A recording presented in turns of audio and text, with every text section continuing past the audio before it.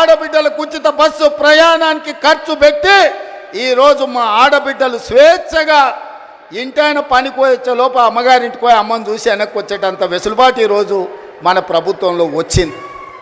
ఇవాళ అట్లా అదే కాదు, రూపాయి కూడబెడితే మోడీ వచ్చి ఎత్తుకపోతున్నాడు. 12 నూరులు సిలిండర్ అయింది. ఆయనలో సోనియమ్మ ఆడబిడ్డల కట్టెల పొయ్యి కష్టాలు, కన్నీళ్ళ పొగతో ఊపిరితిత్తుల్లో పోయి క్యాన్సర్ వచ్చి చచ్చిపోతుంటే ఆడబిడ్డలకు సిలిండర్ గ్యాస్ పోయి ఇచ్చి 400 రూపాయలకే సోనియమ్మ సిలిండర్ ఇచ్చింది. మోడీ వచ్చి 1200 చేసిండు. మరి ఆడబిడ్డల కష్టాలు చూసి ఇవాళ ఆడబిడ్డలకు 500 రూపాయలకే ఉత్తమ్ కుమార్ రెడ్డి గారి మంత్రివర్గంలో ఆడబిడ్డలకు 500 రూపాయలకి ఇవాళ మనం సిలిండర్ ఇస్తున్నాం. ఈ దేశంలో ఎక్కడైనా 500 రూపాయలకు బీజేపీ ప్రభుత్వం సిలిండర్ ఇస్తుందా? ఒక్కసారి ఆలోచన చేయండి అని నేను అడుగుతున్నా. ఇదే కాదు, నేను కానీ బట్టి గారు కానీ పాదయాత్ర చేసేటప్పుడు చాలామంది పేదలు వచ్చి మీరు వ్యవసాయానికి 24 గంటల ఉచిత విద్యుత్ ఇస్తున్నారు, బాగానే ఉంది, కానీ మాకు భూమి లేదు, మేము ఇంట్లో ఫ్యాన్ వేసుకున్నా, ఫ్రిడ్జ్ పెట్టుకున్నా, టీవీ చూసినా మా కరెంటు బిల్లు పేలిపోతుంది, 2000 కట్టాల్సి వస్తుందని మా దృష్టికి తెచ్చారు. అందుకే ఆలోచన చేసినాం, సోనియమ్మ అనుమతి తీసుకున్నాం.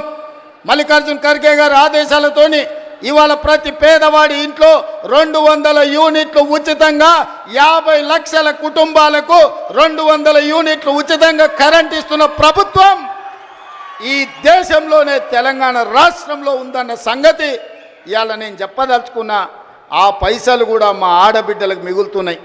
మా అక్కలందరికీ తెలుసు, ఇంటాయన చేతిలో నగదు ఉంటే బెల్ట్ షాప్ పోతాయి, మా ఆడబిడ్డల దగ్గర నగదు ఉంటే పిల్లలు బడిపోతారు. అవునా అక్క? ముందలంతా మా వాళ్ళు కూర్చున్నారా, వెనకాల అక్కలను అడగకుండా మీరంతా అడ్డం కూర్చుంటే ఎట్లనే? ఇవాళ నగదు ఇంటాయన చేతులుంటే ఊర్లో మంచినీళ్ళు దొరికినా దొరకకపోయినా కేసీఆర్ తెలిసిన బెల్ట్ షాప్ దగ్గర పోతుంది ఆ నగదు. కానీ మన ప్రభుత్వంలో కరెంటు బిల్లులతో మిగిలిన నగదు, అదేవిధంగా సిలిండర్లు మిగిలిన నగదు, ఈరోజు సంఘాలకు నగదు 0 వడ్డీతో ఇచ్చిన నగదు మా ఆడబిడ్డల దగ్గర ఉంటే మా ఆడబిడ్డల నగదుతోని తమ బిడ్డల్ని బడికి పంపించి ప్రయోజకుల్ని చేస్తుండ్రు. ఇవాళ వాళ్ళ చేతిలో వెసులుబాటు ఉండాలి, ఆడబిడ్డ చేతిలో పెత్తనం ఉండాలి అని ఇవాళ మేము కోరుకుంటున్నాం. కేసీఆర్ ఏమో ఆడబిడ్డలకు పెత్తనం వస్తే తాగుబోతోళ్ళు ఉండరు, తాగుబోతోళ్ళు లేకపోతే ఆయన సంఘాన్ని కోల్పోతా అని ఆయన అనుకుంటున్నాడు. ఎందుకంటే ఈ రాష్ట్రంలో తాగుబోతుల సంఘానికి ఏకగ్రీవ అధ్యక్షుడు ఎవడని ఉన్నాడా అంటే ఆయన కేసీఆర్. ఈ వేదిక మీద నిఖత్ జరీన్ ఉన్నది, ఆ అమ్మాయి బాక్సింగ్కు ఛాంపియన్. ఈషా సింగ్ ఉన్నది, ఆ అమ్మాయి స్పోర్ట్స్కు ఛాంపియన్. అదేవిధంగా దీప్తి అని వరంగల్ నుంచి పారామెడికల్లో కాంస్య పథకం తెస్తే ఈరోజు ప్రభుత్వ ఉద్యోగం ఇచ్చినాం. వాళ్ళందరూ క్రీడలకు, సానియా మిర్జా టెన్నిస్కు బ్రాండ్ అంబాసిడర్. ఇట్లా చెప్పుకుంటూ పోతే ఒక్కొక్కరు ఒక బ్రాండ్కు అంబాసిడర్లు. కానీ మన కేసీఆర్ దేనికి బ్రాండ్కి అంబాసిడర్ అయ్యా? ఫుల్కో ఆఫ్కో బ్రాండ్ అంబాసిడర్ ఆయన. అందుకే ఈ రాష్ట్రాన్ని మొత్తం ఒక తాగుబోతుల సమూహంగా మార్చి ఊర్లో బెల్ట్ షాపులు తెచ్చి మందులని మనుషుల్ని మందులో మత్తులో ముంచి ఆలోచన చెయ్యకుండా చేసి అధికారంలో కూర్చోవాలి అనుకున్నాడు. కానీ తెలివిగల తెలంగాణ ప్రజలు తేరుకున్నారు, దిమ్మ తిరిగే జవాబు ఇచ్చిండ్రు. ఇవాళ ఆయన అంటున్నాడు ఏం కోల్పోయినరో తెలిసిందని. ఏం కోల్పోలేదు కేసీఆర్ గారు, మీరు ఆ ఫామ్ హౌజుల్నే ఉండండి, కావాలంటే వైన్ షాప్ ఆయనకు చెప్తా, కావాల్సినప్పుడల్లా సీసాలు నీకు అందిస్తూనే ఉంటాడు. ఆ బిల్లు కూడా నువ్వు కట్టకు, మా వాళ్ళు కడతారు, మా పిల్లలు కడతారు.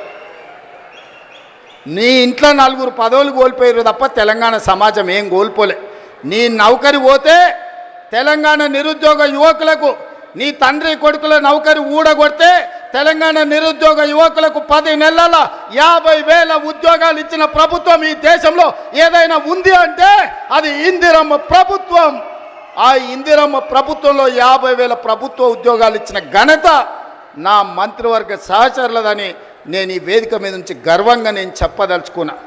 అదేవిధంగా ఇవాళ నీ కొడుకు నీది నౌకరి ఊడగొడితే ఇవాళ 23 లక్షల రైతు కుటుంబాలకు 25 రోజుల్లో మా బట్టి గారి చేతుల మీద 18,000 కోట్ల రూపాయల రైతు రుణమాఫీ చేసిన రాష్ట్రం ఈ దేశంలో ఉందంటే అది నా తెలంగాణ, నా ప్రభుత్వం, నా సహచర మంత్రివర్గ సభ్యుల సహకారంతో రైతులకు ఈరోజు 18,000 కోట్ల రూపాయల రుణమాఫీ చేసినాం.